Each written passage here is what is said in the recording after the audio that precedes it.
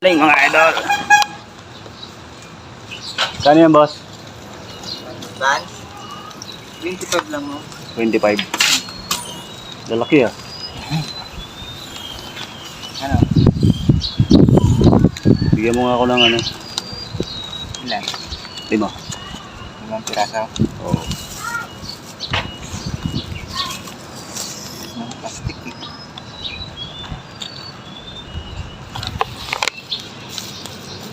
Ano yan, sa'yo yan? Sa'yo yan? Hindi, inaangkat ko lang to. Ay, naangkat mo lang. Kano kinikita mo dyan? Isang araw. Minsan may 200. Hindi naman isang araw. Saglit lang yan. Ah, saglit lang. Pwede na, magkano total? 125.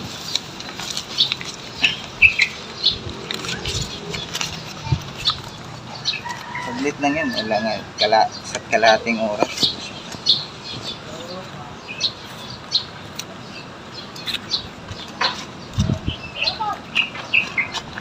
Bumili tayo ng tinapay kay kuya. Thank you. Salamat tol. Lagi ka bang nadaan dito? Araw-araw ako nandito. Araw-araw.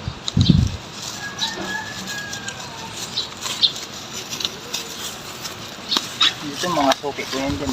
Yan. Yan, idol. Thank you. Hanggang ilang oras ka niyan?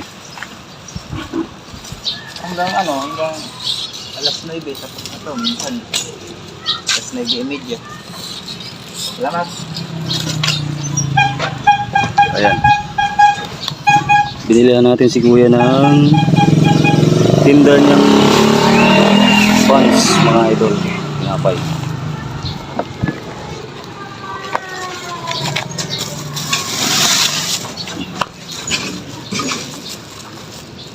Saan yun? Tiyaga ano? Tiyaga lang talaga ang buhay.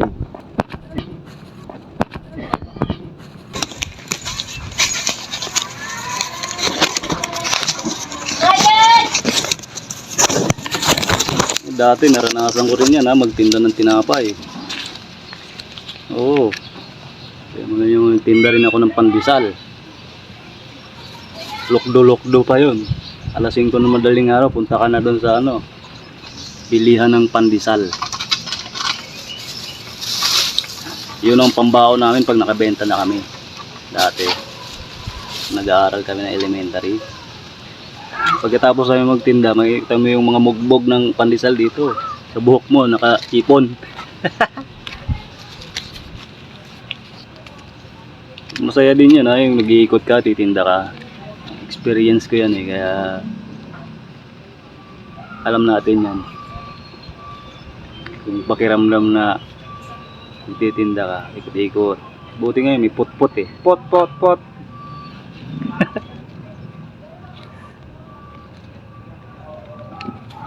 Yung binili natin sa kanya. O, sa kanya diba? Akyaw, paninda.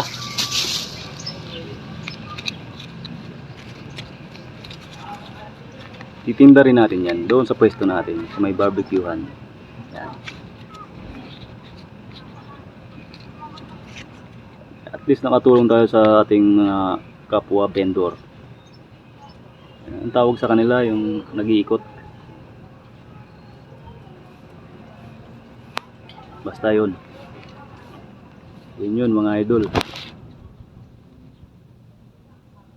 Yung mga ganyan nabibigyan sila ng pagkakataon ng mga bakery. Maangkat sila para mga paghanap buhay.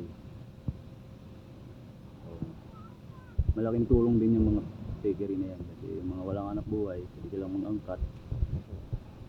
Subukan na lang nila para kumita rin sila kahit paano. At 5 piso pwede na. Diba?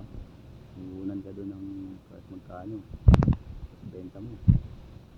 Kita ka. Kasi yung mga ganun, hindi tatamad-tamad. Tulad ng iba, nakatambay lang.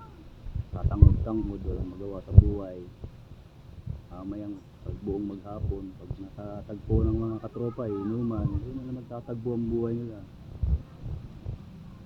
Kaya proud pa rin ako sa mga taong nagsisipag araw-araw.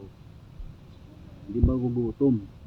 Di ka tulad ng mga tambay, pag bukad ng kaldero, walang makain, sila pagalit, ano? Eh, buhay nga naman. Talaga. Dapat talaga magsipag tayo araw-araw at pagpasalamat sa Diyos every day.